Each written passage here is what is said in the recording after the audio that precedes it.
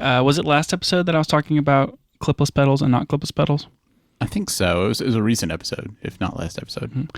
Yep. I know that it feels redundant because I was telling you about this less than 5 seconds ago. Mm-hmm. But you have to tell it again to everybody else. I'm telling it to everybody else. But no, because this is the pre-show, so it's like there's no one else here. Yeah. People skip the pre-show. They only listen to the show. That's probably true. I would skip the pre-show if I listened to this podcast. That's not true. I listen to this podcast and I don't skip it. Mostly because I have to make sure that I didn't say anything stupid. Like, where did Daniel start the show? Yeah, that's mostly what I'm looking for. That's always a big question. Mm-hmm. Is it usually where you think it is? We'll call it 6 out of 10. Yeah. Yeah, sometimes I try to surprise you a little bit with that. This one's for Lucas. Yeah. Why do you start it there? In the middle of a word. Mm-hmm. No, I found, as suggested, I found pedals that are flat on one side and clip on the other. Mm-hmm. And like anything, it's all more complicated than it should be. Of course. And I learned that there are 2 different types of clips. There's SPD clips and SPD SL clips. SPD L something. There's probably more than that. Those are like 2 of the clip types. And one of them's for road bikes and one of them is not for road bikes, and you have to have the right pedal types. And the pedals that I bought, which are Shimano like 550 somethings or whatever, which are half flat, half not, are just the SPD type, which are not the road bike pedals. But then I bought road bike shoes because like if you do gravel biking, you do the SPDs because the clip is smaller and then you can get the like grooves on your shoes go around them so you can like actually walk without going clack, clack, clack, clack, clack. But for road shoes, you don't ever walk in those. Well, like kind of. And so they're bigger and different. And so I combined not road clips with road shoes in a weird way. But anyways, I bought pedals. That's the point. You're right. It does sound weirdly complicated. Like, why are there these different standards? Why are there different types? How do you know which one to get? I can see how it's confusing.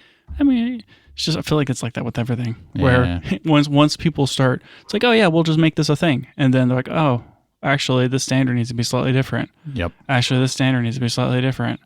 Oh, we could improve on it in this way. Now there's 4 different versions, and like they all have their pluses and minuses. And we really just need the European Union to mandate a particular type of clip. What if? If only, right? Ugh, jeez. Point is, I biked here today, and it was my first time ever riding with clipless pedals. And how'd that go? I didn't fall down, and I made it. Were either of those things in question at any point? Yes. I was 50-50 on whether or not I was going to have to stop and take the shoes off. Oh. And I was like, you know what? Bike barefoot. You got to fly sometime. Yep. So was it like was it a weird sensation, or why would you stop and take it off? I mean, I don't know. In case like I just couldn't do it for some reason. It wasn't weird.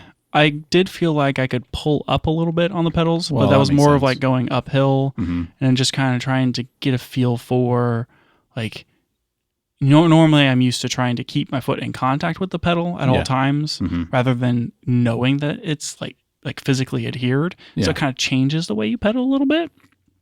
I mean, I got here in like 22 minutes and normally it takes me like 26 to 30 minutes. And so clearly I'm faster. Some time off. I mean, it seems like it would make you feel more like, I mean, obviously it makes you like more connected to the bike, but it seems like maybe it would just be more consistent, like from pedal to pedal. One of the big points is that you set the ball of your toe on the pedal and like you can position the clip so it's exactly where it's supposed to be on the bottom of your shoe and for optimal power transfer. Of course. Yeah, I can see the advantage. But then on these you can still like flip the pedal over basically and use it with regular shoes. Yep. That's pretty good. Yeah. So I feel like that's probably the ideal thing for me. Yeah. Until I can fix up that bike that I got. Yeah. Yeah. Once you get the Vibe bike going. Then you won't which I am now in possession of the Vibe bike. Nice. And I've been looking for a time to... Daniel, I've done so much research on this bike trying to figure out what kind of bike it is. Real hard. Just take a picture of it and ask ChatGPT. You didn't think about that. It's going to know. Daniel, because of all this research, I now know what like a collarless crank is. And amongst other things. It sounds like a British insult from like the 1600s. You collarless crank. Hilarious. I uploaded like 6 photos to Gemini and gave it all the information that I was able to glean. Like, here's some partial words that I found and a serial number and like things that I could find on the bike. And I was like, what is this? And I was like, I said, do the deep research thing. And so it's like, do you want me to do the deep research thing and analyze these photos and look for text and try to figure out what this is and then give you a report? And I'm like, Heck yes, I do. That's exactly what I want. And now I have an 8-page AI written report in my Google Docs about this bike. Do you think any of it's true? I mean, like some of it seems like not terribly inaccurate. Well, that's something, I guess. I mean, it seems like it seems like it's a mass-produced French-style 10-speed from like 1972. I mean, that sounds like what you were looking for. Yeah, but I want to know. I want to know the brand of the bike. Yeah. It's a shame I couldn't tell I you got to tear it down, clean it. I might find more information, and I can upload more photos to the robots and see what they say. Yeah, I think you're definitely going to need to consult with the robots more on this one. Absolutely.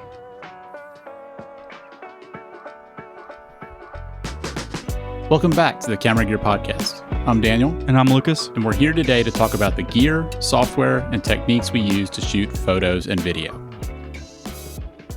Boop, boop. I got my... By the way, I don't like it whenever you follow up that sound, because that's very hard to line up in post. It's a challenge. I don't know what you're talking about. Yeah. You don't have to line it up. No. I can just be off. Boy, he doesn't know anything.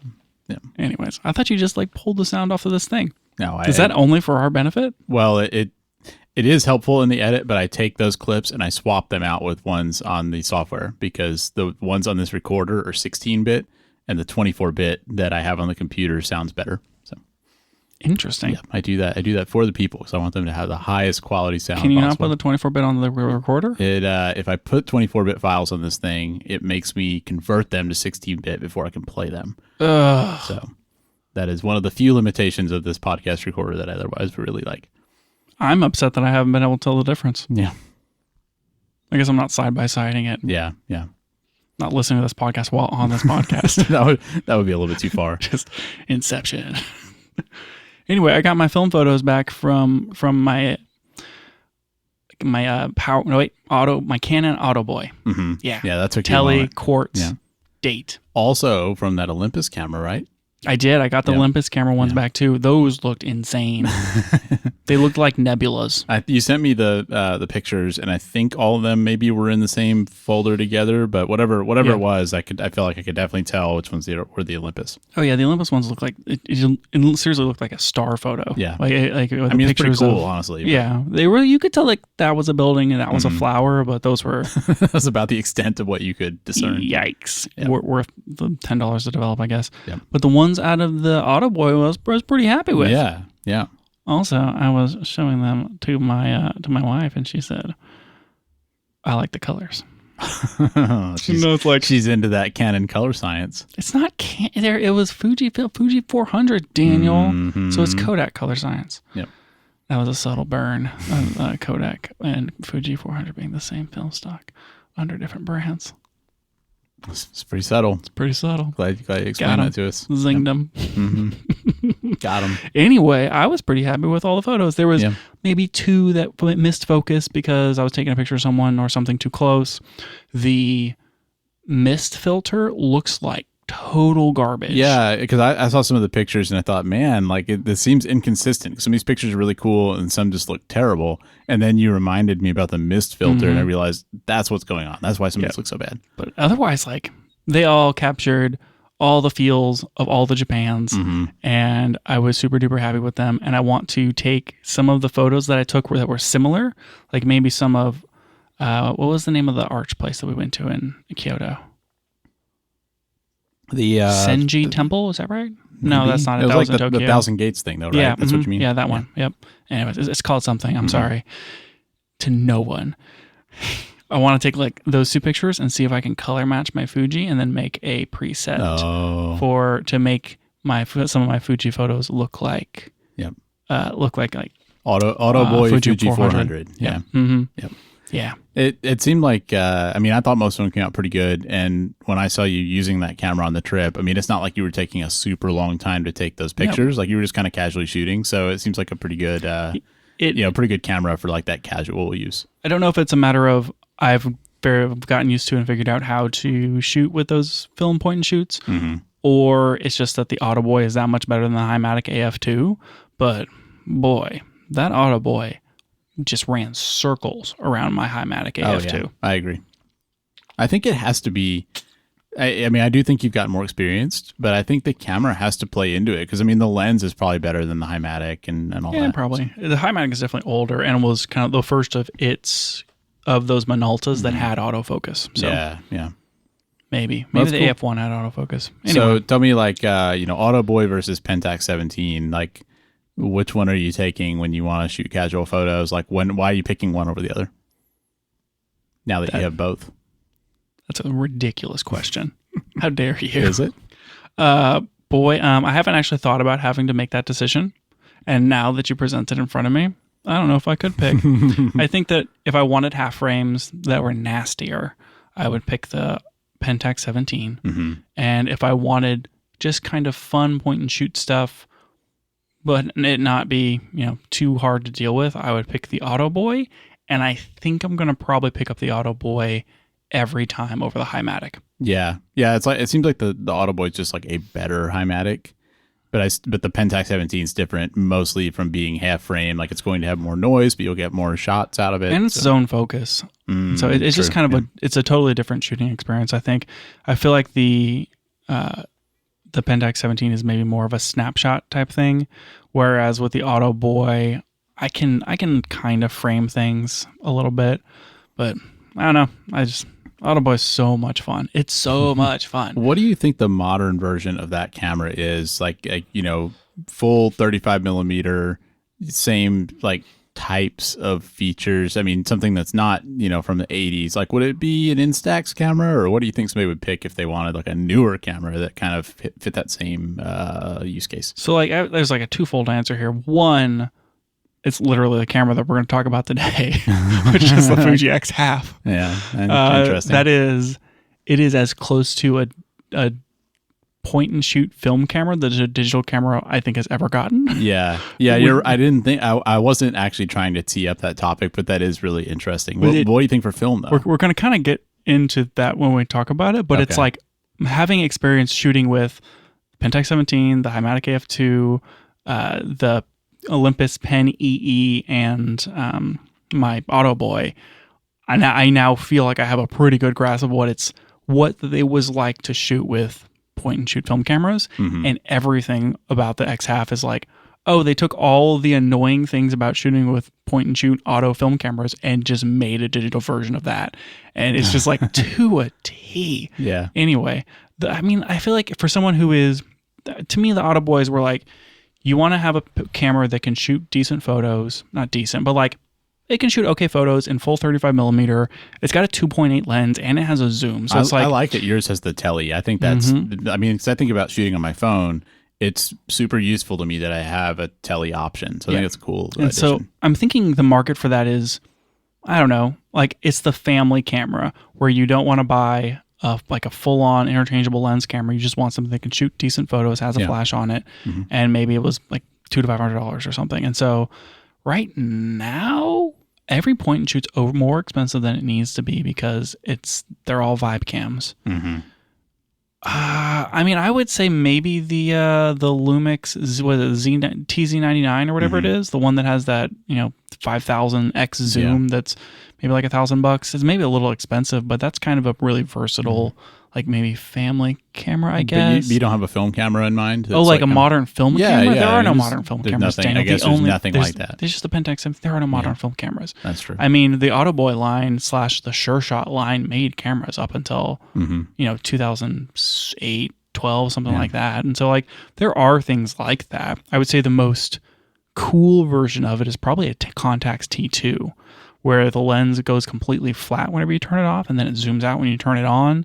And those things are like $2,000, and I think they have a Zeiss lens, and so they're really premium. But I don't know. So what I'm hearing really is that like your best option, if you're hearing this conversation and you think I want a film camera that's like casual and easy to use and all that, like you really just have to go to Japan and find that store. You have to go to Japan and then just buy all the point and shoot film cameras. Yeah, I don't know. There's so many fun options out there. I have like a list of 30 point and shoot film cameras. There's just so many. And I just love them because they're all unique. Well, I'm glad that, that was one of your big goals for Japan was to find, like, to buy a camera. And it seems like that worked out really well in terms of, like, you got something you actually enjoy using. Like, it's not just going to sit on the shelf. Like, you're happy with it. This is 100% going to feed so bad into that Pentax, the Fujifilm Fuji X half conversation. But I mean, like when I want to shoot photos where I'm like, I'm going to take a good photo, and I'm really like doing photography. I'm going to use my X-T5. I'm going to pick my best lens. I'm going to plan out the shots and all that stuff. But sometimes when you're taking photos, you just want to have fun, and you don't want to edit them, and you just want to take fun photos. And in like, I would say in the last, other than when I got my Pentax 17, I've had a blast with that. But from there to May, I would say the Autoboy is the most fun I've had with a camera like in the last 6 months. Nice. It's just so much fun to shoot with because you have to like know all the incantations of the buttons, and you have the zoom, and it auto winds, and it's got like a little filter on it, and it's just so much fun. So I've had an absolute blast with shooting with it, and I guess it's like if those kind of things are entertaining, then maybe this conversation on the Fuji X is going to make maybe so. Mm-hmm. Let's hit these other topics first. Okay, cool. We talked about multi-shot, I think, on the Lumix S5 and S9. S9. Because I used it some. The multi-shot being like that. You mean like the high-res mode? Yeah. Yeah, because I used it on the Japan trip. And I thought to myself, does the Fuji have that? Because can my X-T5 do that? No. Yes. No. And there is a setting for multi-shot on the X-T5. And so I looked into it. I haven't tried it yet, but I did look into it. And basically, you have to take pictures of something that's not moving. It has to be on a tripod. And then you set it in the mode and you decide how many photos you want. And then you have to shoot all the photos, and then you take them off the camera and you put them in a custom proprietary Fujifilm software that converts them or does like a high-res image and converts them into a DNG. It can do like a 150 megapixel photo, and it's a whole process. This all sounds terrible compared to the S9, where I held it up to the window and press the button, and it takes all the photos and combines it right in the camera. I'm never going to do this. Yeah. It's too much work. Ridiculous. It feels like a Nikon feature. Yeah. I mean, but the X-T5 has a higher resolution sensor than the S9, so like, fair, but if you're going to offer the feature, do it in camera. Because that's how Nikon does focus stacking. You have to use their software and you take a bunch of pictures. That's goofy. That's why it sounds like a, Yeah. Huh? I mean, it's kind of the same thing. It's the worst. I'm never going to use it. Yeah. Well, it does exist, but not very well. All right. 2 more things here. This, we have too many topics before the big topic. We sure do. We should just move all of these to a different time. Pentax, well, it is technically Pentax. Kind of. Ricoh Pentax announced whatever, like a week or so ago. When people hear this, it's going to have been long on that. They're coming out with a Ricoh GR4. Duh. Yeah, in like the fall or something. Mm-hmm. I know it's kind of duh, but at the same time, I'm always surprised when brands announce the development of a product, because I mean, it's going to kill their current sales, right? People have been thirsty for this thing for a while. I have a hunch that they know that you're not going to be able to maybe get it, or it's going to be more expensive, and so the people are going to still want to buy the GR3. Yeah. What's the one with the diffusion filter? The GR3 HF? Is that what it's called? I think so. Yeah, and there's a GR3X. I don't know if it's like XHF or how that They works. did announce which ones were going to be discontinued, but they are keeping the GR3 HF, I believe. So, yeah, I mean, it'd be interesting to see. I know a lot of people like that camera. I had thought about getting one when I got the S9, and I'm really glad I got the S9 because I think that's just like a better long-term camera for me. But those GR cameras are super small. Like they're smaller than an X100VI. Super duper small, but still APS-C. It's like the smallest APS-C point and shoot you can buy, I think. And they released some tentative specs. It's looking like it's going to be a 18 millimeter lens, so like 20 millimeter equivalent, and 25 megapixels, roughly the same size, and everything else is like what you would expect, where it can shoot raw and blah blah blah. So it's pretty like cool. The specs just kind of look up the middle, not drastically different than what the current is, but hoping that it's a reasonably new sensor and we get something kind of special out of it. I mean, it's still just going to be a 2.8 18 millimeter lens. Yeah. So we'll have to see what is ultimately released, but it is good to hear that, we're not going to be waiting for another 3 years for the GR4. It's always just kind of nice to have clarity on when to expect stuff like that. Because the GR3 came out last year, and we thought that was them really kicking the can, but the didn't go that you far. mean the GR3 HF? Yeah, that one. Yeah, Mm-hmm. The GR3 as a camera, I think, has been around maybe for longer than that. But 2019 or something stupid. Yeah. It's been a while, so that's cool. Yeah. Cool to hear. Yep. Last little topic before we get into the Fuji stuff was the Atomos multi-viewer. It's just called the Atom X Cast.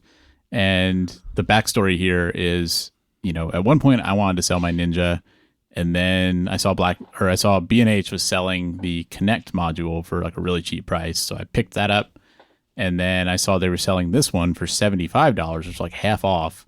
And I thought this might be useful for our interview shoots. And so I picked that up. And now I'm similar to me with L mount, I'm deeply invested in the Ninja ecosystem now. So I guess I'm never getting out. But yeah, that's how I get you. But I got this thing, and my thought was, we can basically put it on a stand when we do interview shoots, run HDMI cables from all the cameras, and have everything, running to this Ninja with the multi-viewer, specifically just for us to monitor. We're not recording to it or anything like that. It's just for monitoring. And that was kind of what I was thinking. Figured we'd try it out on this recent shoot. I think you were kind of skeptical of the idea, but we tried it out, and now we have results from that. Yeah, so when you told me about it, I didn't realize it had buttons on it. I don't even know if I looked it up. I thought I did, but it didn't look like what I thought I looked up. So maybe I looked something else up. Anyways, I didn't realize it had buttons on it. And I was imagining some stupid thing that was on the back of the Ninja that had inputs, and then you're looking at 4 stupid tiny screens. Mm-hmm. And I'm like, the Ninja it's a 5-inch screen or something, or a 6-inch screen. Yeah, I think it's 5-inch. It's what am I going to do with 4 stupid tiny displays? It just seems annoying and fine, whatever. And then you were cutting the interview, and I was running cameras this time, and all of a sudden, it was on a stand in front of me, like a little director's monitor, and it had buttons for every camera, and I could just press the buttons and switch through all the different feeds, and then I could press a different button and see them all at the same time. Mm-hmm. And I didn't have to go and look at all the different cameras, and I could check exposure as, there was a window in one of the shots, and so I could check exposure if things changed, and I could check audio levels and make sure everything was recording, and I was just in my command center with this little thing, and it was amazing. It changed my life. Well, and I thought it was actually pretty useful while we were setting up too, because we had 3 different cameras for the shoot, and I felt like we had them kind of set up, and then we wanted to change some stuff, and it was useful being able to stand in that one spot and look at the different angles. And one of us would go and move them or something, and then you could see how it was looking without having to run around to the different cameras. So, how whenever you get an eye exam, they're like, this one, this one, yep. This one. Or whenever you're going through burst photos, you're like, this one, this one, this one. And you're switching back and forth. Mm-hmm. When you're at a shoot and you look at the camera, you have to run over to the next camera, then run back to that camera. Real hard to do. When you have one of these things, it's 2 buttons. And you're just looking at it, and you're like, flip, flip, flip, flip, flip, flip. Change that exposure. Flip, flip, flip, flip, flip, flip. It's perfect. Yep. Well, and you can also, most of the time, we're not recording to this thing, you can send the full feed over HDMI. So you're seeing all the settings as well, which is also really useful, because you can kind of see at a glance, let me just make sure that the apertures are all what I expect, the shutter speed's right. You can kind of verify all that stuff. Oh yeah. Yep. Great. Yep. Huge improvement. It was pretty easy to set up. So I just mounted it on top of a light stand. The one improvement I'm going to make for the next shoot is you power. I thought I might be able to power it from an NPF, but it turns out it's made to use the power adapter that comes with the Ninja. So I got a V-mount adapter to that same plug, and a clamp to put a V-mount battery on a stand. So I'm going to run it off of a 100-watt V-mount next time. So that way we won't have to run a power cable. Nice. Yep. That's perfect. But pretty easy. We got really thin HDMI cables and just ran those to all the cameras. That was all fine. And yeah, I think that was I knew it was going to be useful, but I wasn't sure if it was going to be worth the setup. And I think it's worth the setup time. I'm mad that this was $75 away from us the entire time, and we could have used this for the last 15 shoots. Yeah. Normally it's 150, and you do need a Ninja. So, if you're coming into this cold, it's pretty expensive. It kind of does the same thing as the Blackmagic ATEM Mini, but I think for the use case we're doing, I think this thing has a huge advantage in that you can put the Ninja on top of it, and it's a very small, like self-contained thing. Whereas if you had like an ATEM Mini, you'd have to have a separate monitor, and like I think like arranging all that stuff would be a little annoying to do. But I like that this was so clean. It also has an HDMI output, so if we're doing some bigger shoot, like where we had like a client there who wanted to see, we could easily like bring a bigger monitor and run HDMI to that. And then on the device, you can configure, like, does that external thing show the multi-views, that show the program feed? Like you can set all those things up. So it's pretty flexible. Would it work with a Shinobi? Yeah. So you could run it. Well, sort of. So you have to use a Ninja to run it. The way these accessories work is it basically uses the processing power of the Ninja to do quite a bit of the work.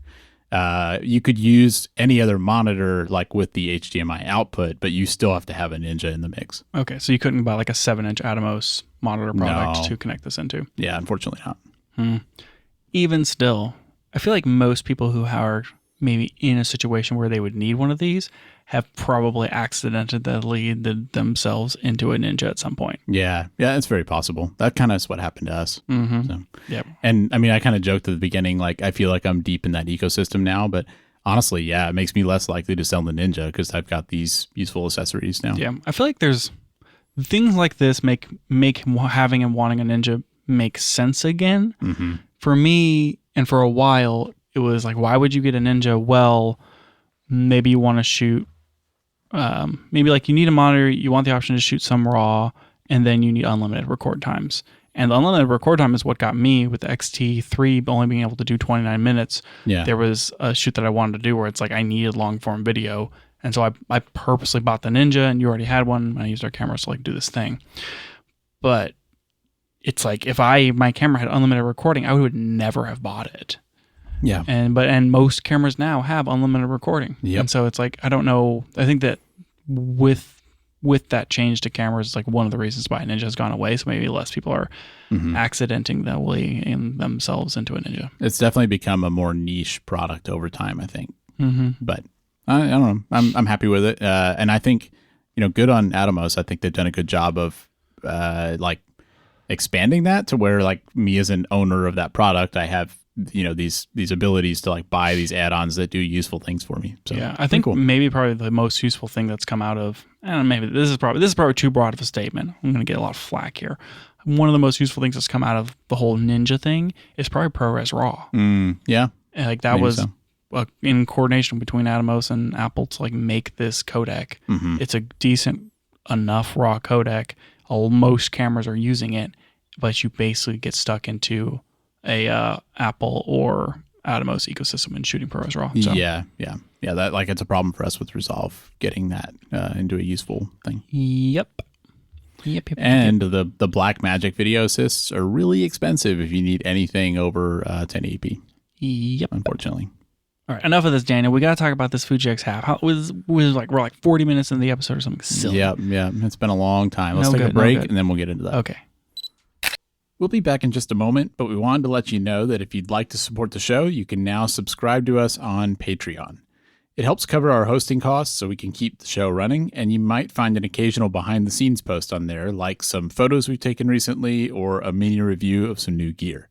If you're interested, you can find us at patreon.com/cameragearpodcast. I just keep scrolling. There's so many notes. You had so much to say about this tiny little camera. Okay, Daniel. So Fuji released finally, well, as we've all been waiting for, non-ironically, the Fuji X half. Yep. And this has been rumored for quite a while. And what was your impression of those rumors prior to this release? I thought it was stupid. Yeah, I have to agree. And now I don't know how to feel. It costs $850. That feels like a high price. It is debatably a toy. Yeah. So I guess like let's talk a little bit about the high level specs. Okay. And see if that price is worth it. Let's do sensor and body, and then we're gonna play a game. All right. Okay. So I think the best way to think about this is half of an XF camera, not a half frame film camera. Interesting. Because X half of XF. Yeah, that's how I would think of it. Because it is a type 1-inch sensor, which are normally 13.3 by 8.8 or whatever, but that's a 3 by 2, and this is a 4 by 3 capture. And so they're basically cropping in on a vertical type 1 sensor, making it a 12.8 by 9.3 millimeter, which is smaller than Micro Four Thirds. But if you shoot on a half frame film camera, one of the things you note is that the noise is more prevalent. And you talked about that when we talked about the Pentax 17. And the pictures out of this thing look like disposable camera pictures. And I'm like, okay, I get it. Yeah. Yep. Put a 1-inch sensor in there. Why not? Yep. You want it to look dirty. What kind of megapixels are we looking at? It's a 17 megapixels. Okay. So that's fine. It's more than an A7S III. Yeah, good point. More than A7S III. Anyways, it's noisy. Like, it's a 1-inch sensor. It's noisy. It's not going to be great in low light. But I feel like that's kind of the point.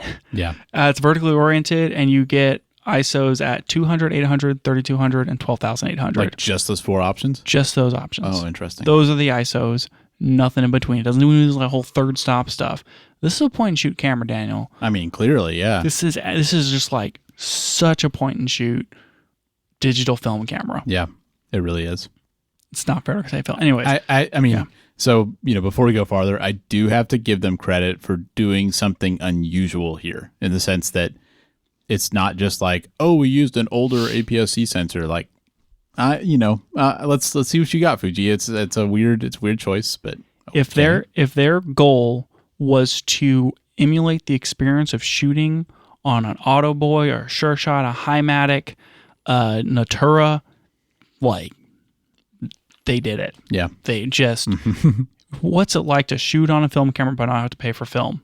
Here you go. I think that was their goal. They did it. Yeah. They did it. I think this might be the first X camera that is not X-trans. So it's a Bayer sensor. They had the A lines, where it was like the A7 blah blah blahs. Yeah, those were Bayer. And the GFX is Bayer. GFX is Bayer. But all the XF have been X-trans. So I think this might be a first. Interesting. And we're sure that it's not X-trans? I'm like 50-50. Okay. I mean, couldn't find anything definitive. Like, with it being a 1-inch sensor, probably. Yeah. So I tried to take a drink of water, but I didn't open up the cap. Give it another try. There you go. Okay, the body. All right, so screens. It has 2 screens.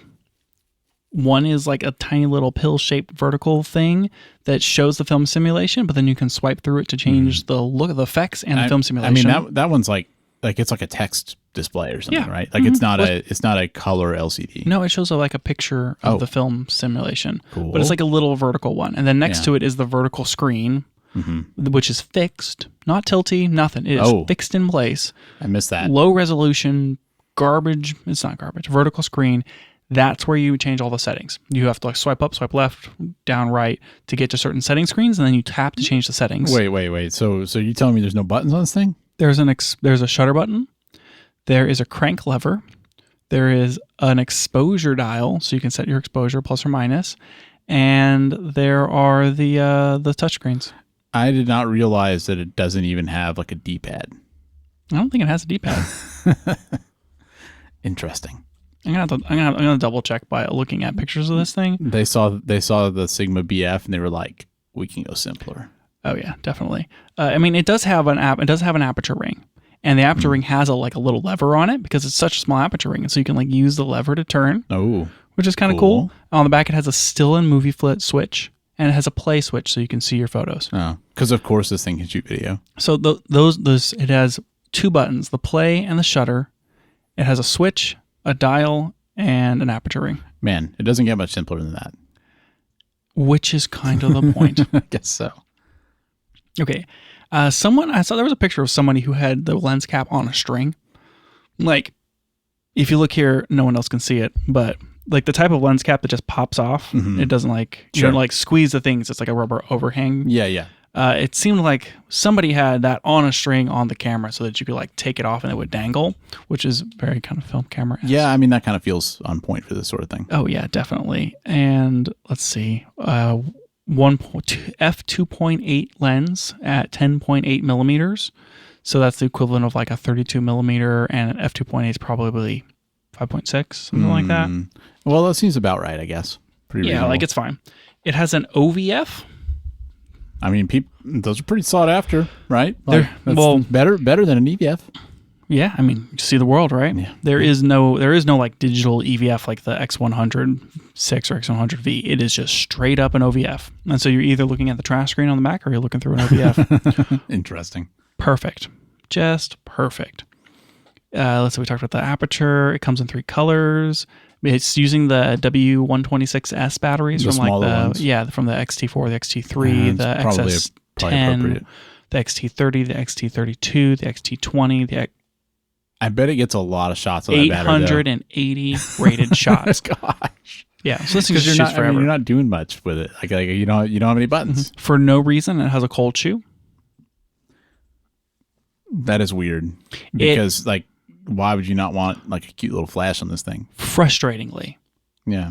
You would want a flash on this thing. We've talked about that before. You need a flash. It comes with a light. It comes with an LED light that you can turn on, but it's not like a flash, and it's not powerful enough. And this doesn't have flash contacts, and it doesn't have the ability to do flash sync. It has a leaf shutter. I was about to ask, does it have a mechanical shutter? Because that'd be one reason to not support a flash. It has a leaf shutter, which means it could flash sync with any flash speed. Like the fact that this doesn't have a flash, like a TTL shoe or something on it, so you could plug like the cutest, tiniest retro Godox flash on the top, and then get some really just nasty, just direct on flash shots. That feels like a miss, considering it has a cold shoe. Like if they wanted to say the design of this camera will not allow it, that's one thing. But what else are you going to use the cold shoe for? Yeah, it's not like it has a mic port. Yeah, you could put your carry handle on it, I guess. It doesn't make any sense. That would be hilarious. I guess that little LED light probably fits in the cold shoe. Is probably what the answer is. No, the LED light's built in. Oh, weird. Like I don't know what it's for. Yeah, it has strange. One. I mean, like, I guess you could manually trigger the flash. Yeah. And do like bowl or something, and it was whatever. Weird. Dumb. There's a PSAM mode on the screen, so you can shoot and program shutter speed, aperture. Well, I think that's good. Yeah, sure. That's cool. So it's like you can do like semi-manual modes. You can do auto modes. I don't know why you wouldn't shoot in auto. We haven't mentioned it yet, but this thing only shoots JPEG. Interesting. We'll get more to that later. Okay. So we talked about PCM, talked about the lever. Did we talk about the lever? It has a film crank advance lever. No, I think that's a big point. We need to spend some time on that. And you can tuck away, or you can pop it out, and then you can just crank it. But you're advancing film. Okay, so maybe that's a good time to talk about like how this camera works, right? Because you basically pick a film simulation, and then don't you like you choose like quote unquote the size of the roll? Daniel, there's modes. We'll get into the modes. We're not there yet? We'll get into the modes. Okay. The film advance lever works in certain modes, not all of them, and it doesn't have a really good it doesn't feel like you're advancing film. Unfortunately, it just kind of is more of a like a fiddle device. I guess what I was trying to get to was like, do you have to use it? And it sounds like not always. Nope. Okay. You don't have to use it, and it tucks away just fine if you don't want to, but you want to. I appreciate that they give you the choice, I guess, and that it like stays out of your way if you don't want to use it. Yep. Okay. I mean, I can't withhold the size of this from you because it's written here in the notes. Yes, indeed. But I do want to play this game, which is at this point an unsanctioned segment of the podcast, which is this bigger than a bread box? And I'm going to go through this list here, which I've provided to you ahead of time, and you have to tell me, is it bigger or smaller than the things on this list? Sure. For context, this thing is roughly 4.2 inches by 2.5 inches by 1.8 inches, which in non-freedom units, that's 105 by 63 by 45 millimeters, roughly. 240 grams. Whether or not you say it's bigger or smaller, who knows if we're talking about weight or size or anything. Who knows? Okay, got that covered. Is this bigger or smaller than a Lumix S9? With or without lens? With. Or the Lumix S9 with a lens? Either way. Yeah, definitely smaller than the S9. Smaller than S9. Is this bigger or smaller than a GR3? That one's a little bit harder. I'm thinking it might be bigger than a GR3. It's actually really stinking close. Really stinking close. Because I think what I was wondering is if the lens might make it bigger. Yeah, so GR3 is... Okay, it is smaller than a GR3.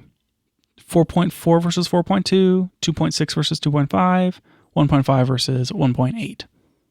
Yeah. Kind of the same size. Yeah. Little light, half the weight. Pretty close.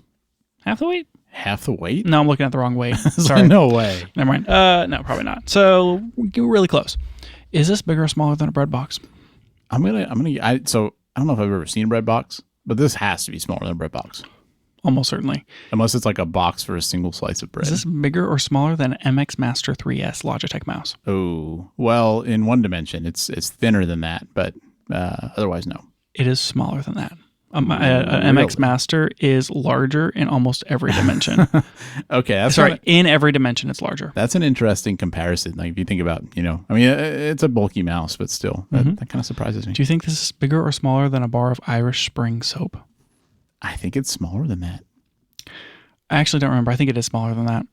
Is this bigger or smaller than a Pentax 17? Same size. Smaller. Is this bigger or smaller than a russet potato? Depends on the potato. I'm going to guess smaller than the potato. It depends on the potato. Do you think it's bigger or smaller than a Olympus Pen EE? Is that the camera that you have sitting in front of you right now? Yes. I think it's that size. The Olympus Pen EE is 4.1 by 2.6 by 1.8 inches. That is very different very similar. In dimension by 0.1 in length and width. Yeah. So would you like to hold this Pentax EE, which is almost exactly the size of the camera that we're talking about today? The weight, how the weight compares? I do not know the weight of a Pentax EE. Yeah. I mean, yeah, it's funny. It's funny that you just it's going to be lighter. The same size. So, this is pretty small. So I said Pentax Olympus EE. I mean, I can fit this in my pocket for sure. It may be a little uncomfortable depending on what I'm wearing. But it's definitely small. Like this would be smaller than using, most normal cameras, like definitely smaller than my S9. And like even something like an X106 people think of as like a small little travel camera, but like that camera's pretty big. Yeah. And this is quite a bit smaller than that. Mm-hmm. It is 100 grams heavier. This Pentax EE, geez, I did it again. This Olympus Pen EE is 100 grams heavier. Wow, yeah. Than the it does. That feels kind of dense. So I'm not surprised that the XF is lighter. It's kind of cute how small it is. I like this camera. Yep, that's fun. This is actually an EES, so in olive green. I know you don't know, can see it, but it's just a fun little camera. But they can imagine it. Yeah, just look up the Olympus Pen EES in olive green, and then you'll know exactly what we're talking about. Anyways, what a fun game. Let's move on. You can shoot video. Which kind of surprises me, I think. I thought it was the dumbest thing, and then I saw the videos out of this, and I was like, that would look amazing on Instagram or TikTok. And now I get it. You can shoot sub 50 seconds, only in 23.98, and you can shoot in either 2160 by 1440 or 1080 by 1440. Those feel like very intentional choices, like the less than 50 seconds. Like they're trying to guide you toward a specific type of video with that. Oh, yeah. This thing has autofocus, but it's only contrast, and it only has selectable autofocus points for single point autofocus.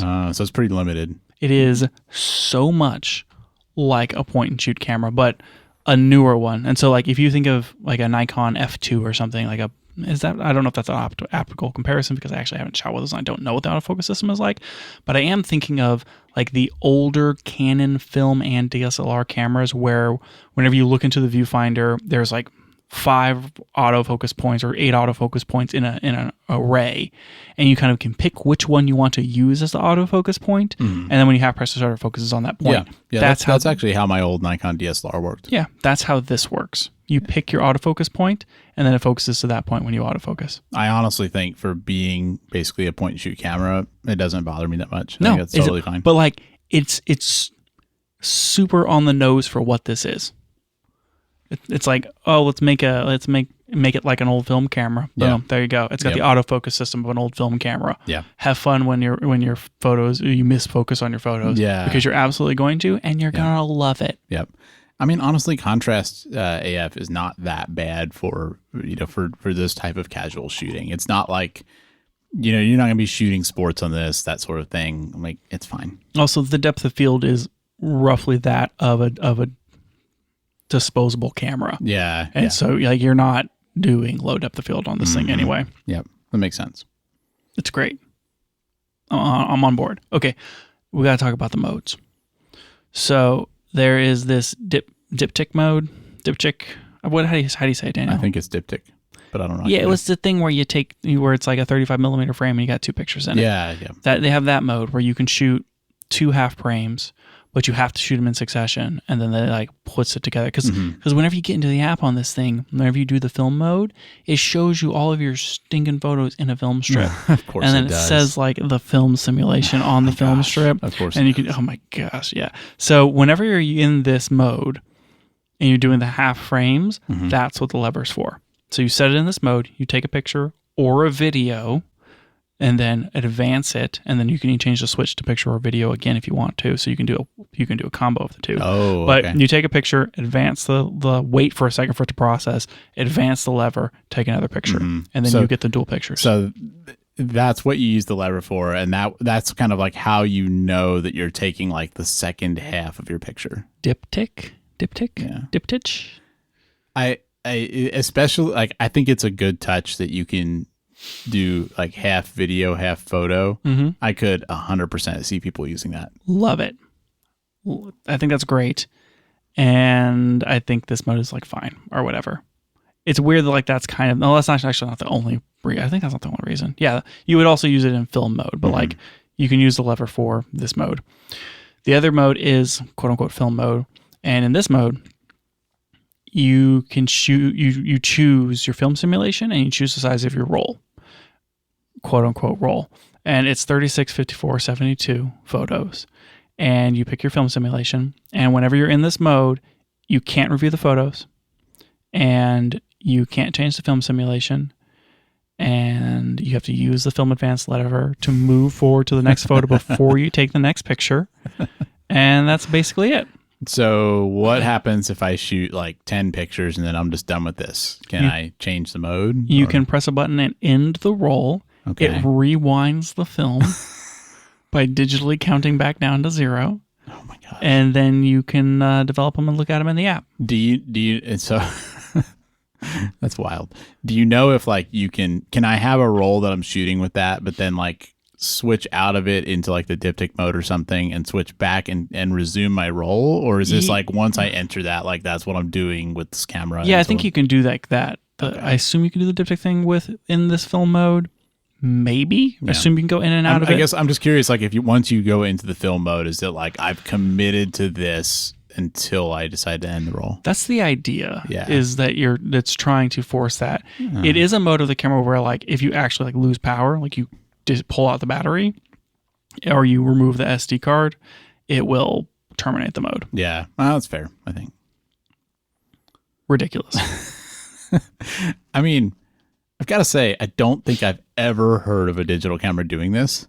So again, like points to them for getting creative with it. It is just, man, it's like I think about using the Pentax 17, and this is exactly that, but digital. Yeah. It's like you have to do like how it focuses and the fact you got to crank the lever and that it's half frame and the limitations of the settings and just everything. And like even the pictures that are coming out of this look kind of like that. And then the fact that it shoots JPEG only. And so whatever decision that you make, like that's it. There is no real editing after the fact. And so if you pick any of the mode, like there's other modes, right? So you can choose your film simulation, but then you can also turn on effects, which is very Instax. Like Fujifilm has like the Insta cameras that have all of these kind of like light bleed features and that sort of thing. You don't really have that on XF. This is the first time we're really seeing this in like a digital XF camera. Because a lot of the Instax ones are almost like practical effects, right? There are some, some of them are, like the Instax wide. It's like actually letting lighting kind of thing. Yeah. Some of the Instax ones where you shoot and then print the photo, it do shoot a digital photo. And I think those are maybe closer to this than anything. Sure. But you have a date print mode where you can have the date on the photo, just like my Auto Boy Deli Quartz Date. It's orange and everything. You can turn on the halation effect, where it'll try to like do some halation on the highlights. There's a light leak effect, which is random in like what the light leak looks like, and so cool. It's not always in the same spot every time. You don't know what it's going to look like. You don't know when it's going to show up. So if you're in film mode and you have a light leak on, there's no telling. Who knows? No. And you can't. You're not reviewing those photos, so you're not going to know till the end. Yeah, you're not going to know. No idea. There's an expired film mode, which just makes your pictures look worse, cranks the ISO. I don't know. There's toy, pop, vignetting. You got red and green tint filters. You can do selective color, fisheye, dynamic tone. There's just tons of these things. Yeah, I think it's kind of cool. It fits what this is used for, like just having fun. It's cool, and it's just in the picture. You can't take it out. You're not gonna get like a RAW. You're not gonna recover it. It just is. Mm-hmm. And then they limited the film simulations they put in this. They didn't do like monochrome and some of the other like especially one-off stuff. They didn't put like sepia in here. It's Provia, Velvia, Astia, Classic Chrome, Rela Ace, Classic Neg, Nostalgic Neg, Eterna, and Acros. Feels like they covered most of the bases there. Yeah, they covered most of the popular ones. And so those are the film simulations. And I think that's basically everything. This is just, it is a digital half-frame fake film camera. Very, very unique. Like first thought is just that, like I said, I've never seen anything like this from any other camera brand. It feels like everything everyone has been wanting out of point and shoot cameras in like a really weird way. Sort of. Well, it's weird that it's basically simulate. Like, I mean, Fuji's always done, film simulations. This is like a film camera simulation. Yeah, it is. It's a really good way to put it. I wrote down all of my first thoughts whenever I saw this. I'm just gonna maybe we just run through these because I don't know where to land on this. It's $850. The price, I think, is the biggest attractor. People are spending that much on those like Canon. What is it, like the Canon GR3s or something, or GRX? Like there's certain point and shoot cameras where people are spending this much money on them. I think that for what this can do, it is one of a kind in itself, and it's like if that's something that you want, or the market decides this is something that all the teens have to have, it doesn't matter how much it costs. Yeah, they're just going to start raking in the dough. I mean, with people, I feel like it's going to be popular because I think people are going to start posting on TikTok or Instagram like these pictures that they're getting from it, especially that dual picture thing. I think like that's going to be a big selling feature. And I feel like the kind of people that take a lot of pictures and post them on Instagram of like, their weekend or whatever, like they're going to eat this up. Oh yeah. The pictures look very fun, and fun in the same way that I find shooting on film fun. Yeah. Like I don't shoot on film because it's going to look better than my XT5. I mean, maybe if I did it right, but I don't do it right. I do it because it's fun and it's a good time. And it takes me out of like, I'm going to have to develop the RAW and I have to like do all these things right. I have to perfectly expose it. Instead, I'm just kind of like having a good time shooting with my half frame camera, and then I'm going to get a lot of fun memories out of it. Yeah. And I don't have to worry about what did that photo look like when I took it, because I'm going to look at them later whenever I quote unquote develop the roll. I'm actually developing the roll. It's not quote unquote. But in this case, for the Fuji X half, you would be. And like it brings all of those same kind of feelings and use cases into a camera that is digital. Yeah. And you don't have to develop the photos. Yeah. And like to me, that's a big appeal to this because I'm not interested at all in shooting on film, mostly because I don't want to mess with the developing aspect. Like I don't want to learn how to do it myself. I don't want to have all those chemicals and stuff. And taking it, to the store to get developed is like, that would be a pain. I don't want to mess with that. I don't want to pay for that. I'm way more interested in something like this where like it is casual. Like it does kind of force you to not spend all this time like tweaking settings and stuff. But like I know at the end of the day I can just grab that SD card and get those photos. For sure. Yeah, and it's a I mean, if you think about it in that way of I want the feel, the vibe, the experience of shooting on a point and shoot film camera, and I could go out and buy a Pentax 17. If you bought a Pentax 17 at full price and then you shot whatever it is, like 20 rolls through it, it's the same price. Yeah. Well, and this has the advantage of, for example, being able to shoot video. Mm-hmm. If you want to do like video clips or something like that. Yeah. And it's kind of fun that you can do like the half and half where it's like, here's a video clip and here's a photo and they're kind of together. And I mean, you do get some, I think you get some increased capability over something like a Pentax 17. Like in terms of, you can, you don't have to shoot in the film mode. You can change your film simulation every shot if you want. You could, shoot five shots with one film simulation, decide to change it. That's totally fine. So I think it can do things that something like a Pentax 17 can't. I don't think it's like financially, I think it does potentially justify a higher price than that, but I do have a hard time with $850. $850 seems high. If this thing was $500, holy cow. Yeah. I don't know. I think that Fuji can justify that price, and I think people are going to pay it. Yeah. I'm impressed they released this. I think it's a pretty bold product to release, just in how weird it is. I thought it was a dumb idea to begin with, but seeing their implementation of it, I respect their commitment to that idea and how far they went with going down this road.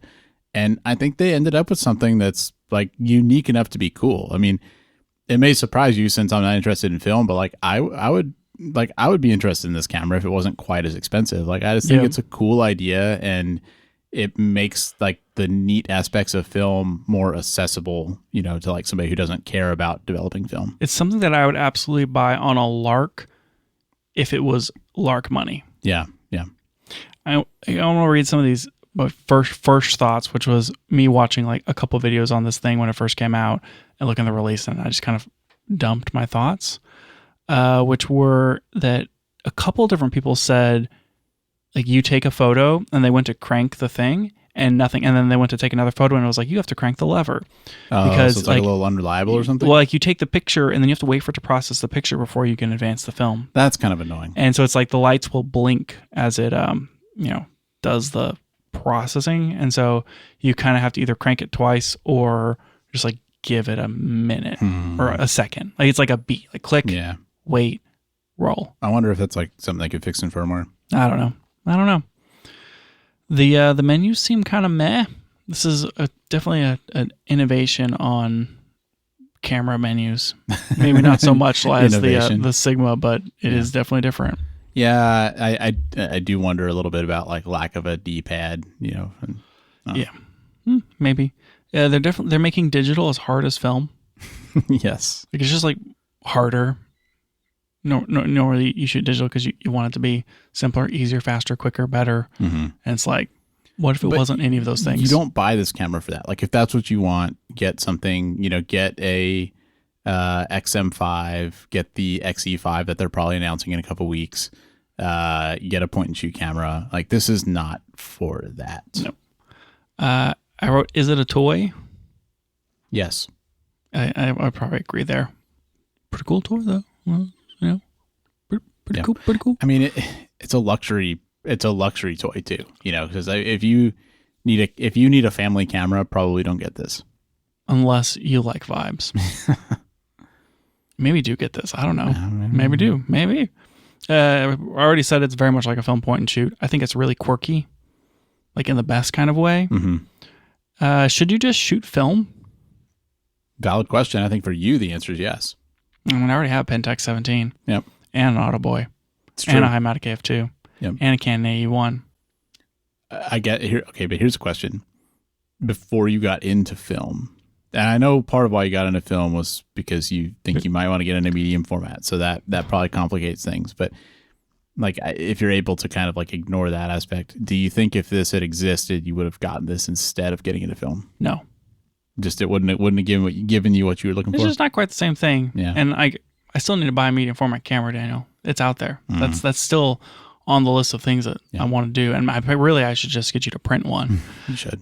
Because that would be super fun. It's maybe a little hard to get over with this that, it's forcing you to use a digital camera in the way you use a film camera. But I mean, deep down that it's kind of an artificial limitation. It making you wait till the end of a roll is just the software telling you can't do it, which maybe feels kind of weird. Whereas with a film camera, I mean, it's physics and reality, and Yep. you know that's why you have those limitations, and maybe that changes it a little. I don't know. It does change. It does force it, but it's cool that you can kind of like impose those limitations and then take them away if you need to. I guess I do like that. I'm glad that you have the ability to choose whether you're doing that or not. Like you have the ability to choose whether you use the lever. Like that's also, I think, good. Yeah, for sure. I mean, for me, getting into film again, getting into film period was a matter of taking out my dad's AE1 that was just on the shelf. Like I already had it, right? Pretty accessible. Slippery slope, and that already had the camera, and then like point and shoots are $40 on eBay. Yeah, some are a lot more expensive than that. The entry costs, even you buying your developing stuff was not that expensive, no, right? Like $100 or $200, something like that.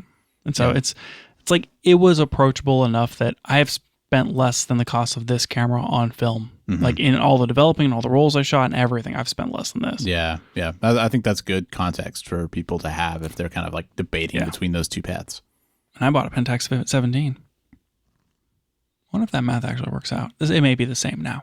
Yeah, I mean, if I count that camera. Yeah, I bet if you count the camera, it's up there. But I love that camera. But still, though, thinking about like film is expensive, but it's not that expensive. Yeah, unless you're buying slide film at $35 a roll. Yeah, but I mean, like, compare what you would compare for the types of shots you're getting with this. Mm-hmm. Yeah, I mean, this is emulating essentially like pharmacy film. Mm-hmm. Like it's half frame. So we're talking like you buy a 24 roll of Kodak Gold 200 or something for $6 to $8. Mm-hmm. And like that's what this is going to look like. So I think we agree it's going to sell like hotcakes to at least to a certain crowd. Maybe it has to. It has to take off.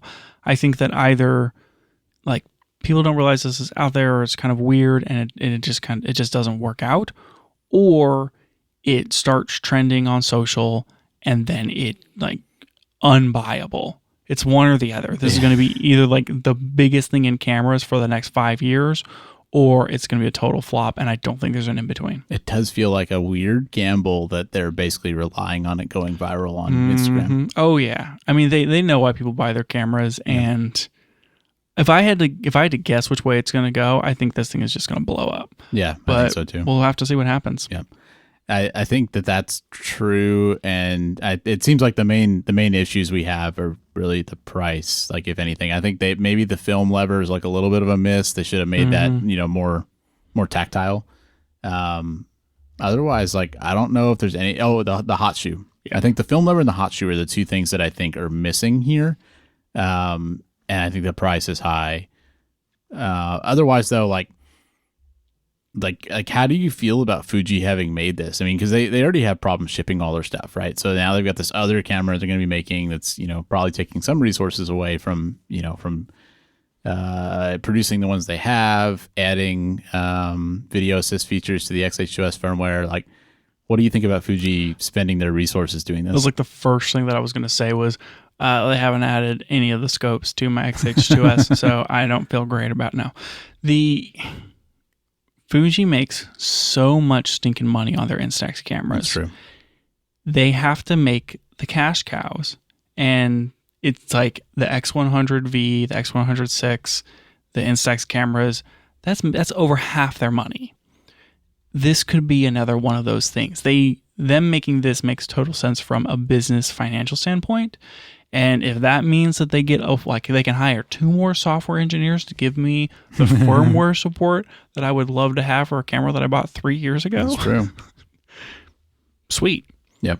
So I guess like I'm on board with it.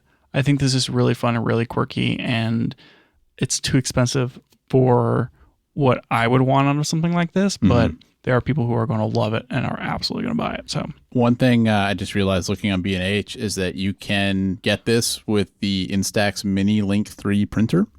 So if you want to be able to like print physical copies of your photos, it's compatible with that, which I think is kind of neat. That makes total sense. Estimated ship date is June 17th.